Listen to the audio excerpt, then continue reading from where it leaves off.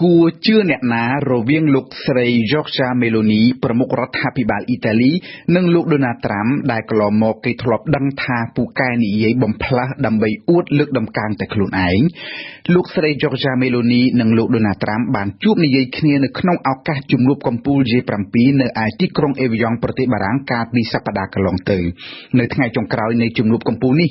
លោក Donald Trump បានផ្ដល់បទសម្ភាសន៍មួយតាមទូរស័ព្ទឲ្យទៅបណ្ដាញទូរទស្សន៍អ៊ីតាលីប៉ុស្តិ៍លេខ7ដោយលោកបាននិយាយអះអាងថាពេលប្រជុំនៅ G7 លោកស្រី Giorgia Meloni បាននិយាយសុំអង្វរលោកម្ដងហើយម្ដងទៀតដើម្បីបានថតរូបមួយប៉ុស្តិ៍ជាមួយលោកគួរឲ្យសង្វេគអាណិតខ្លាំងណាស់ពាក្យសម្ដីរបស់លោក Donald Trump នេះបានធ្វើឲ្យរដ្ឋាភិបាលអ៊ីតាលីអត់ទ្រាំមិនបានដោយចាត់ទុកថាជាសម្ដីប្រមាថមាក់ងាយយ៉ាងធ្ងន់ធ្ងរ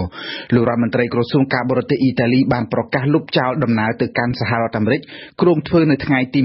21-22 មិថុនានេះ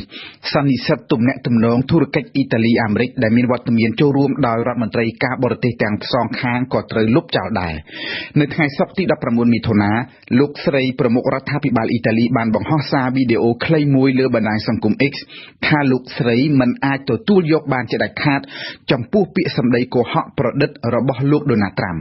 លោកស្រី Meloni បានបន្ថែមថាលោកស្រីមិនយល់ទាល់តែសោះថាហេតុអ្វីបានជាលោក Donald Trump និយាយសម្ដីវាយប្រហារដោយមិនសមរម្យមកលើអ៊ីតាលីដែលជាសម្ព័ន្ធមិត្តរបស់អាមេរិកដូចនេះនេះមិនមែនជាលើកទី1ទេដែលលោក Donald Trump និយាយវាយប្រហារមកលើសម្ព័ន្ធមិត្តលោកខាងលិចតែជាមួយពពួកសត្រូវរបស់លោកខាងលិចវិញលោក Trump បែរជាខ្លាចគេទៅវិញលោកស្រី Meloni បានគូបញ្ជាក់ប្រាប់ទៅលោក Donald Trump វិញថា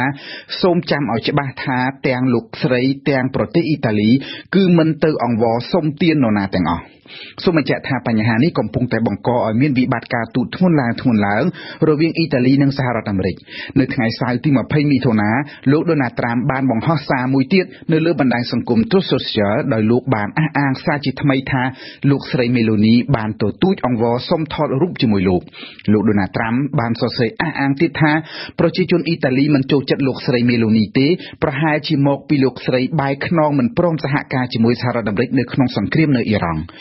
ដល់ពេលឥឡូវឃើញលោកឈ្នះសង្គ្រាមនៅអ៊ីរ៉ង់ក៏ស្រាប់តែត្រឡប់មកអែបសុំថតរូបជាមួយដើម្បីបានតោងភាពល្បីល្បាញរបស់លោកការវាយប្រហារសារជាថ្មីនេះត្រូវបានលោកស្រី Meloni ឆ្លើយតបទៅវិញភ្លាមដែរថាវាគឺជាពាក្យសម្ដីវាយប្រហារដ៏ជ្រុលហួសហេតុចំណែករឿងប្រជាប្រិយភាពតិចឬច្រើនរបស់លោកស្រីវិញគឺវាមិនមែនដោយសារទំនាក់ទំនងមិត្តភាពផ្ទាល់ខ្លួនជាមួយលោក Donald Trump ទេតែវាអាស្រ័យទៅលើសមត្ថភាពរបស់លោកស្រីថាអាចការពារផលប្រយោជន៍ជាតិអ៊ីតាលីបានកម្រិតណាលោកស្រី Meloni បានបន្ថែមថាដូច្នេះសូមលោក Donald Trump កុំមកចេះដឹងរឿងនេះហើយងាកទៅគិតតែពីរឿងប្រជាប្រិយភាពរបស់ខ្លួនឯងវិញល្អជាងគួរកត់សម្គាល់ថាសង្គ្រាមពាក្យសម្ដីរបស់លោក Donald Trump ទៅលើលោកស្រី Giorgia Meloni នាពេលនេះគឺអាចជាសំណល់នៃកំហឹងមិនទាន់រលត់ពីក្នុងចិត្តលោក Donald Trump កាលពីខែមេសាលោក Donald Trump បានស្ដីបន្ទោសធ្ងន់ទៅលើអ៊ីតាលីដែលបានបដិសេធមិនឲ្យយន្តហោះចម្បាំងអាមេរិកដែលបំពេញបេសកកម្មវាយប្រហារនៅអ៊ីរ៉ង់អាចចុះចតនៅមូលដ្ឋានទ័ពអាកាសអ៊ីតាលីនៅលើកោះស៊ីស៊ីលលោកស្រី Giorgia Meloni បានឆ្លើយតបទៅវិញថាការប្រើប្រាស់មូលដ្ឋានទ័ពអ៊ីតាលី